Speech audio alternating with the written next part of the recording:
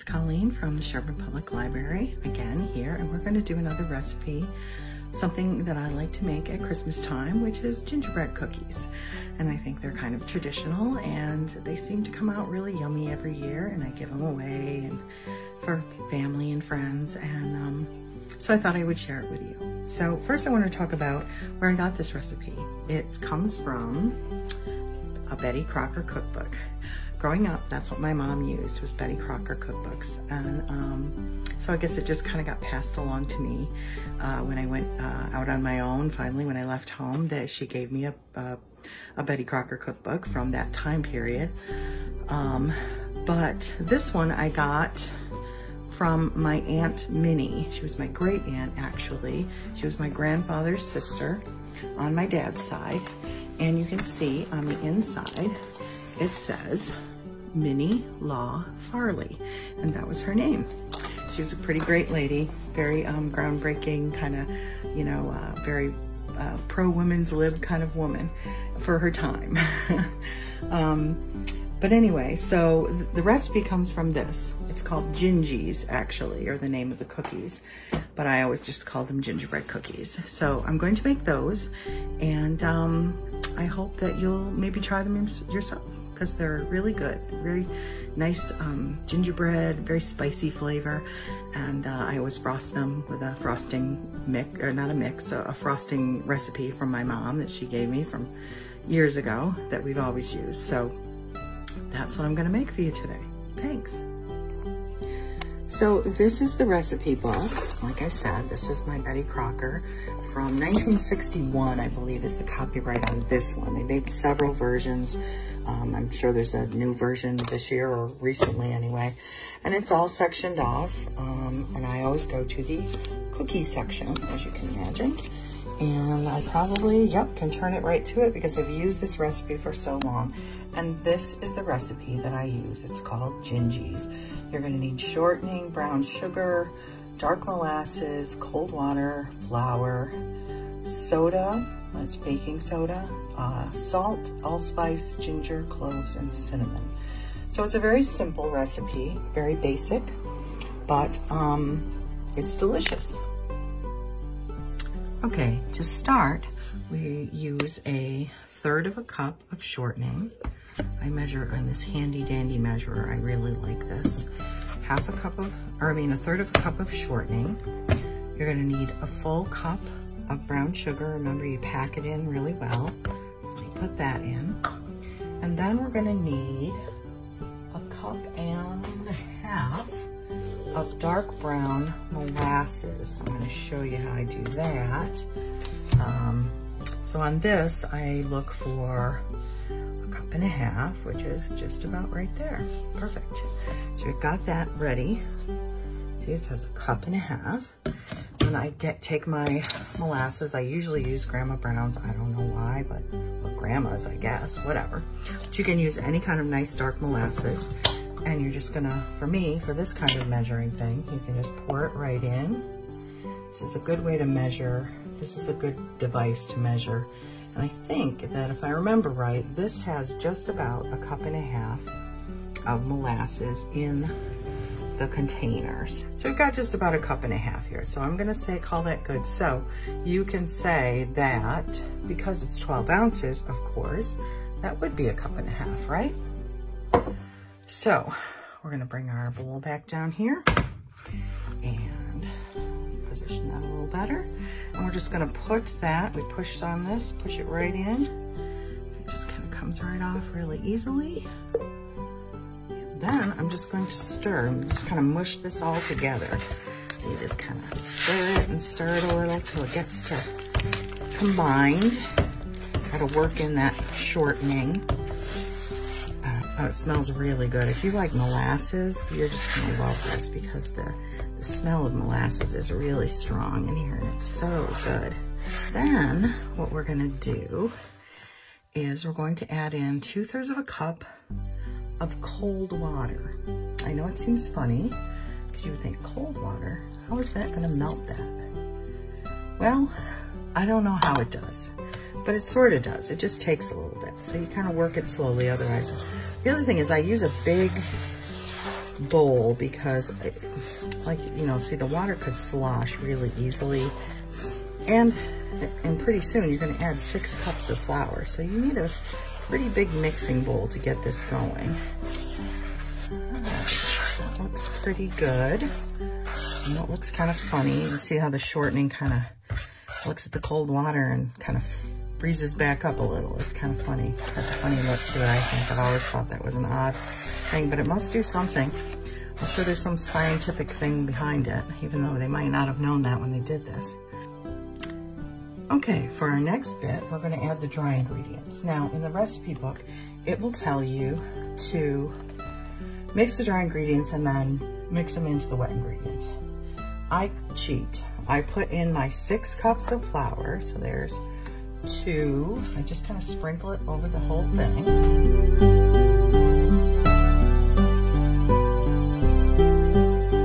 then I put in my spices. Well, I start with 2 teaspoons of soda, so I'm going to have to do that piece first. So I'll put in a couple teaspoons of that, and I just kind of sprinkle it across.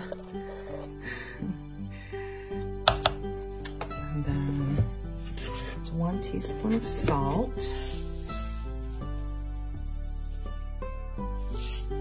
Sprinkle that across, and then it's a teaspoon each of cinnamon. I'm pretty generous with these because who doesn't like spices like cinnamon and allspice and ginger and cloves? A teaspoon of ginger.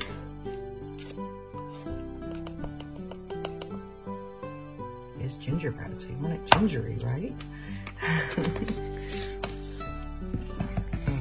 A teaspoon of cloves. I love the smell of cloves. I don't know if you've had the pleasure of that, but boy, and that really adds a lot to make this a really delicious, flavorful cookie. And then allspice, another teaspoon. Everything's a teaspoon with the spices, so it makes it easy to remember.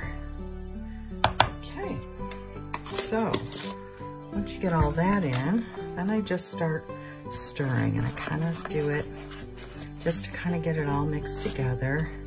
Start from the inside out, kind of like you would if you're making pasta. You know, you make a little pond in the middle and keep stirring, and it gradually incorporates in the flour. And I sort of do that a little, at least at first, and then I'll start to incorporate some of the outside in, and we'll just keep moving. Now, there's a lot of flour in this recipe, so it becomes a very nice thick dough eventually.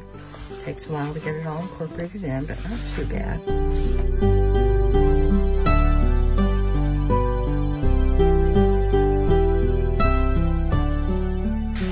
So you get to this point, and you're almost mixed. Honestly, I mean, I try to make sure I've got it all, dig down under.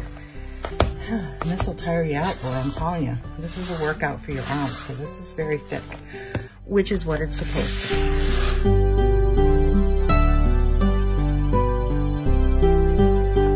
What you're gonna do is you're gonna take this and you are gonna cool it. So we've got our dough all made, and now basically all we do is chill it.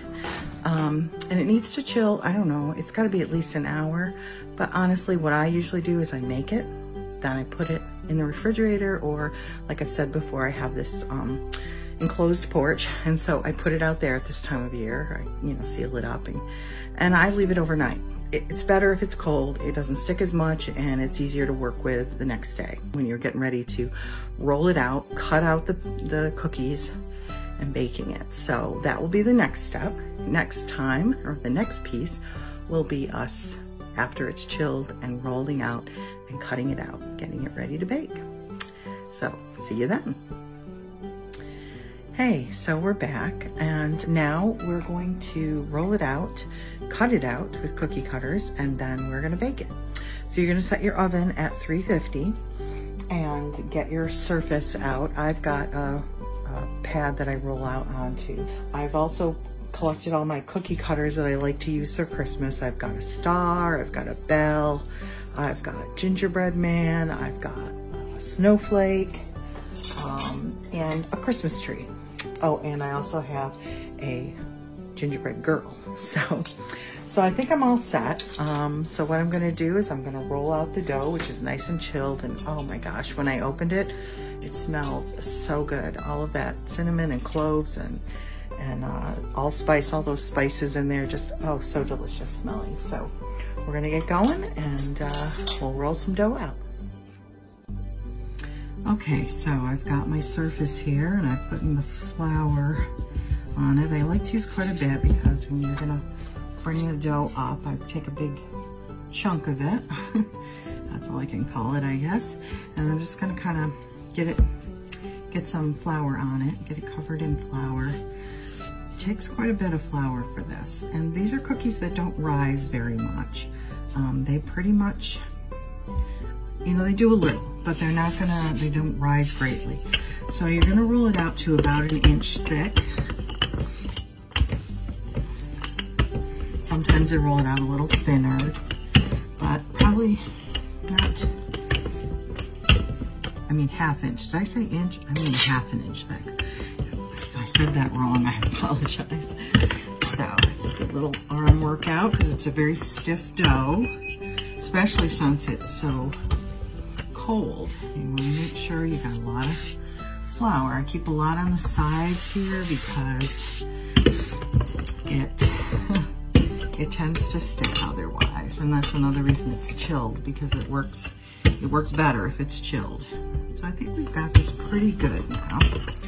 So I'm gonna take my cookie cutters. I'll start with my Christmas tree, and I'm just gonna cut a bunch of them. I already have a greased cookie sheet ready to go. So I'm just gonna start placing them on my cookie sheet. And I usually work with 2 different cookie sheets so I can just load one up and be ready for the next one, because they only take about 10-12 minutes to bake. You don't want to over bake them. It's very important that these are not over baked. They'll be much softer. I mean, there's a little Christmas, that's not the word I'm looking for, crispness to them. But they're soft on the inside, kind of. They're a really nice cookie. And that's another reason not to get them too thin, because then they will get really crispy. So I'll probably do like a few more.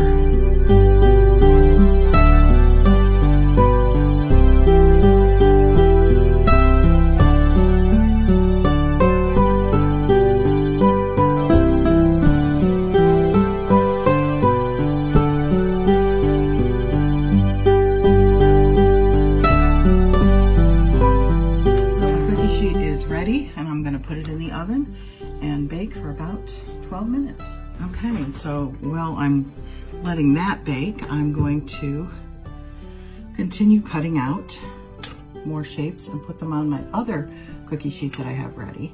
So I will do some bells now.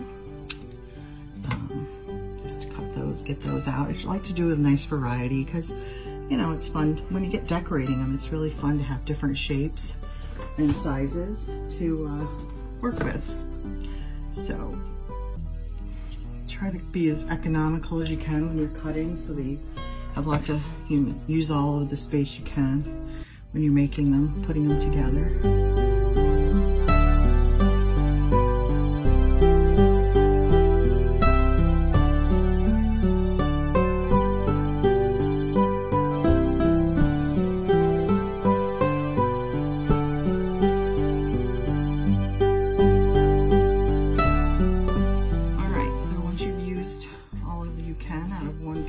Dough here.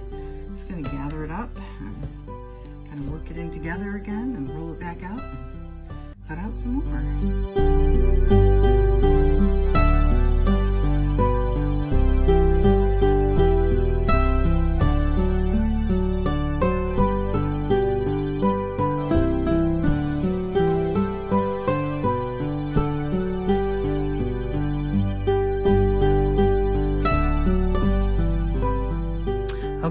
so we've got the first set out of the oven, and I've set up my cooling racks here. I've got some stackable ones, which are kind of interesting.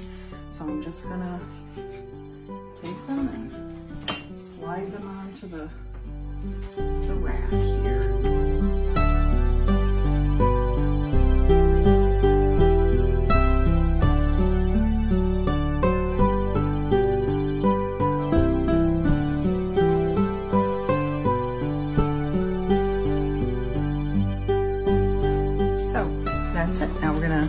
Now we're gonna cut out some more cookies and do the same process over. So we'll do that until we're done.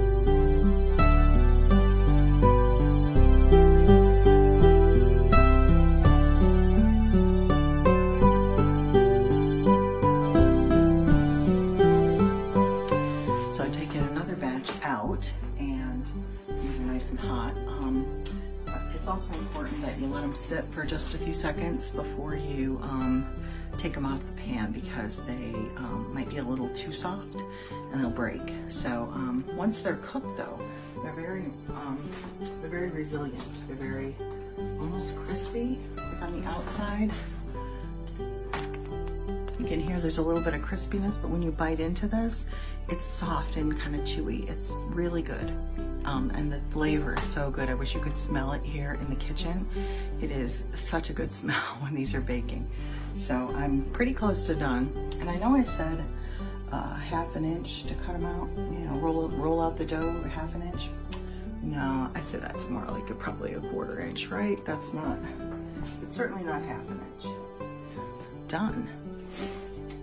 Well, with this step. And then of course the next step is to frost them and decorate them, which is always a lot of fun. We gather as a family usually, and we get all the decorations out, put it all over on our big table in the dining room, and we just go to town. And it just makes it kind of fun. It's kind of a tradition in our house, which is a really nice family tradition that we've established. All right, I'm gonna roll this out and finish up the cookies.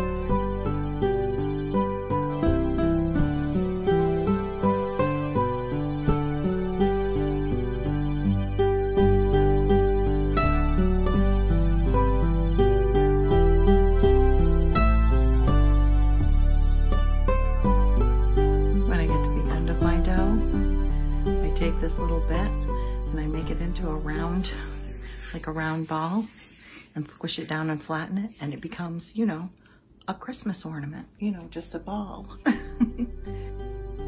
Not too bad.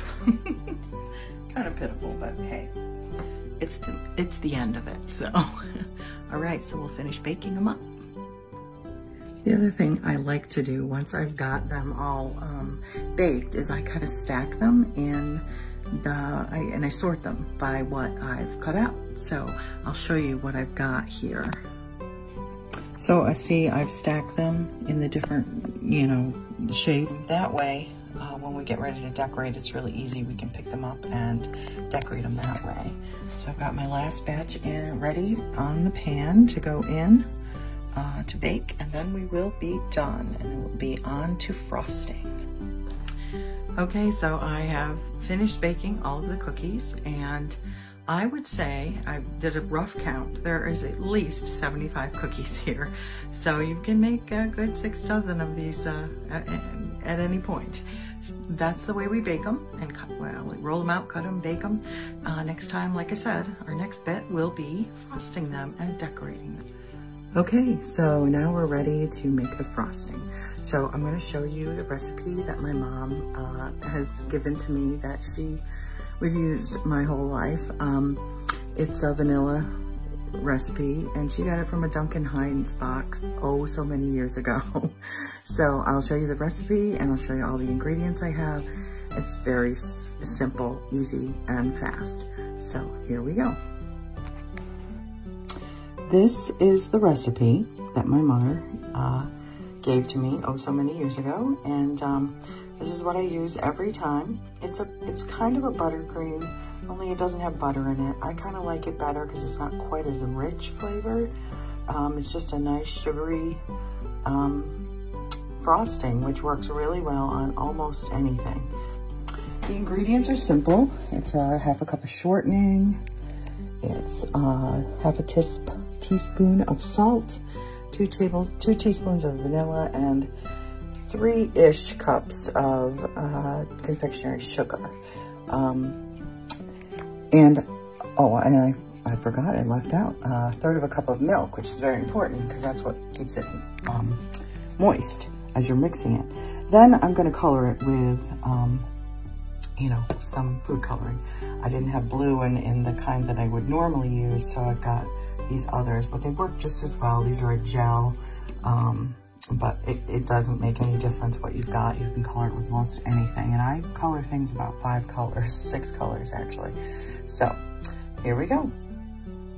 Okay, so I've got my shortening in. It's about a 1/4 cup. I've gotten so I kind of can eye it, so I don't have to measure it as much. And this is you kind of improv this recipe anyway.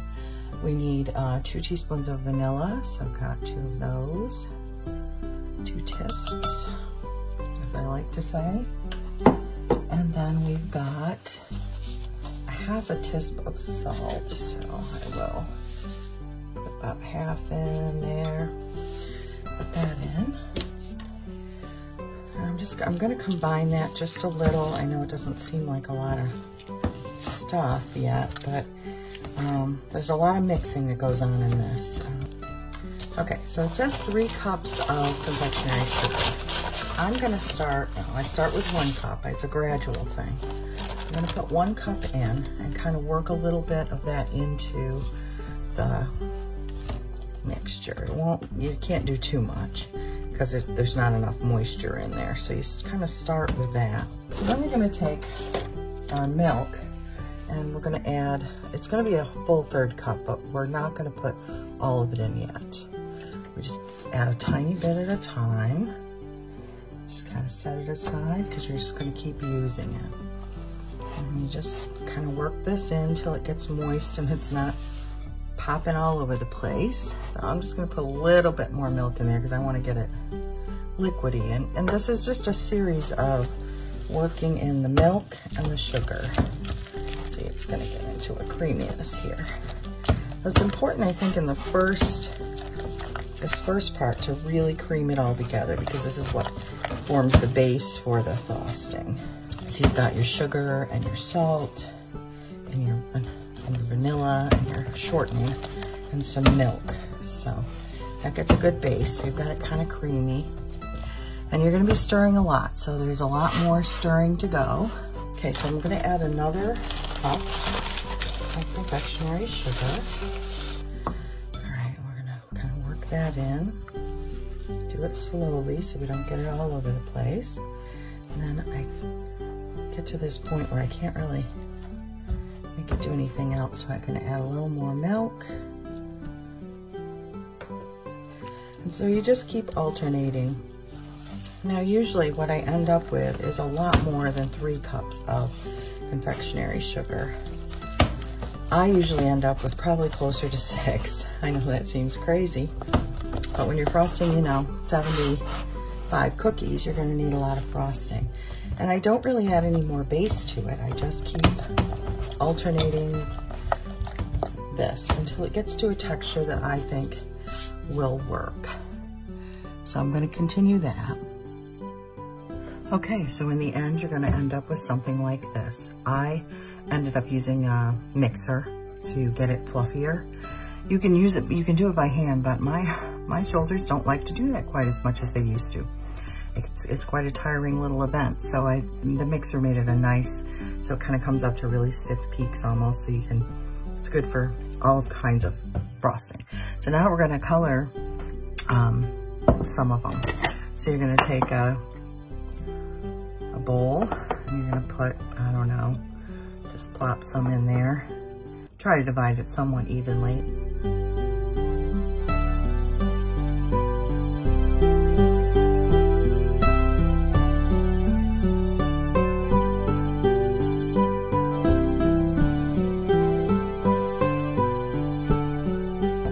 Some left in my bowl that I will use for the white frosting, and then I've got all these bowls. So I'm going to color them. So I've got my red one here. I don't have a lot of red in here, but the thing is with red is it's hard to get real red. So if you can put as much as you want in it. It depends on how dark or colorful you want it. I try to make red by using way more red than you can actually use. I'm not getting much more out of that. So like I said, I also have my tubes of red. Usually red ends up as a pink, so which is okay. So put a little bit of that in, or a lot of that. And we'll just stir and see how it looks.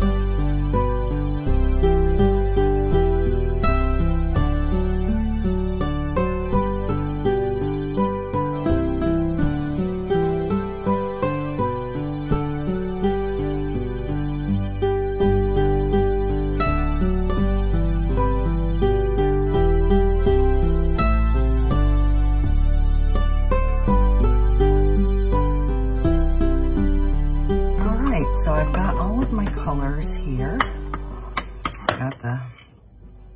I use these, and then I've got my white still. So that's what I will use to decorate my